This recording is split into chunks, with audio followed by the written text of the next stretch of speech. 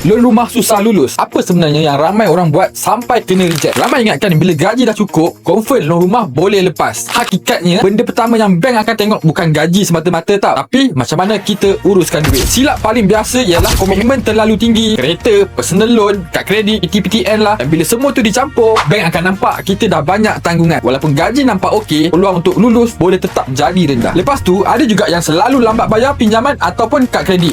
Mungkin rasa lambat beberapa hari tak ada masalah, tapi sebenarnya rekod pembayaran tu boleh beri kesan bila bank buat semakan. Satu lagi kesilapan yang ramai orang tak sedar, kerap sangat memohon loan dekat banyak tempat dalam masa yang sama. Ingat nak tambah peluang, tapi kadang-kadang tindakan tu pula boleh buat bank nampak macam kita terdesak nak dapatkan pembiayaan. Ada juga yang selalu fokus cari rumah dulu sebelum kira kemampuan sendiri. Bila dah jatuh cinta dengan rumah idaman, baru nak cek kelayakan. Bila loan tak lepas, akhirnya kecewa juga sendiri.